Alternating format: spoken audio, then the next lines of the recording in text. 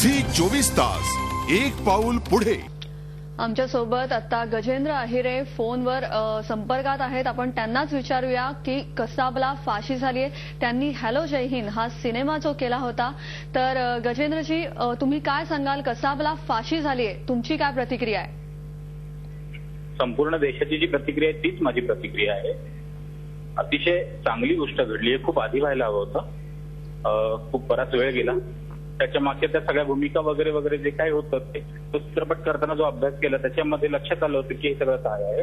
पण त्या सगळ्या गोष्टींवर आज खऱ्या अर्थाने पडदा पडला आणि त्याला फाशी झाली। खूप चांगली घटना घडली आणि आता ही एक पुन्हा ज्या भारावून आम्ही तो सिनेमा करायला घेतला होता ज्या विषयासाठी म्हणून ती उचल खाल्ली होती त्या विषयाने, त्यात ते आज पूर्ण झालं। नक्कीच गजेंद्र, आणि तुम्ही जो सिनेमा केला होता हॅलो जय हिंद हा सिनेमा तुम्ही केला होता तो 26/11च्या दहशतवादी हल्ल्यावरच साकारलेला होता आणि तुकाराम ओंबळेंना श्रद्धांजली तुम्ही वाहिली होती। तर या निमित्तानं त्या सिनेमाविषयी काय सांगाल?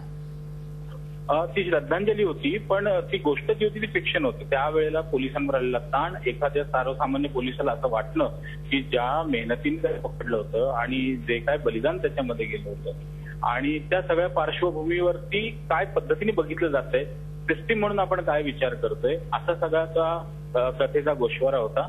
आणि 26/11ची झालेली ती घटना, त्याच्याबरोबर आलेली कथा आणि व्यथा या गोष्टी मांडण्यासाठी सिनेमॅटिकली आम्ही ते सगळं उभं केलं होतं। पण त्याच्या मागे उद्देश असाही होता निर्मात्यांचा, माझाही, की एक विशिष्ट प्रकारची जनजागृती तो सिनेमा नक्की करेल। त्याच्यातून सगळ्या त्या घटनेचा एकदा आढावा घेता येईल आणि श्रद्धांजली वाहण्याचं एक काम होतं ते त्याच्यातून झालं होतं। निश्चितच। आणि गजेंद्र, एक कलाकार म्हणून तुम्हाला असं विचारावं असं वाटतं की जे समाजात दिसतं तेच कलेत असतं आणि जे कलेत दिसतं तेही समाजातच असतं म्हणूनच दिसतं। तर ही घटना आधी घडली म्हणून तुम्हाला तो सिनेमा मांडावासा वाटला का? त्याबद्दल काय सांगाल? निश्चितच समाजाचा अर्थ सिनेमा आहे। भवताल जो काय आपला आसपास आहे त्यातूनच सिनेमामध्ये त्याचं रिफ्लेक्शन येत असतं आणि त्या समाजातून आपल्याला जे काही जाणवतं, जे काही टिपलं जातं, जे लोकांना अंडरलाईन करून सांगावं असं वाटतं, ते सांगण्यासाठी सिनेमा हे व्यासपीठ असतं असं माझं मत आहे। आणि अनेक सेलिब्रिटींच्या प्रतिक्रिया आम्ही घेतलेल्या आहेत आज, तर त्यांचंही असंच म्हणणं आहे की 4 वर्ष लागली एखाद्या निर्णयाला, तर हे नक्कीच फार उशीर झालाय असं त्यांनीही व्यक्त केलंय। तुम्हालाही याबद्दल आणखी काय सांगावं असं वाटतं? उशीर झालेलं हे खरं असलं तरी ती एक प्रक्रिया आहे, एक प्रोसेस आहे।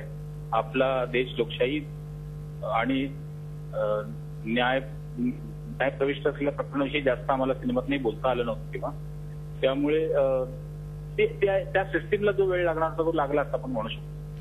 आणि गजेंद्र, आज जो निर्णय झालेला आहे, तुम्ही सिनेमातून ओंबळेंना श्रद्धांजली वाहिली होती, आज खरंच कसाबला फाशी झालेली आहे।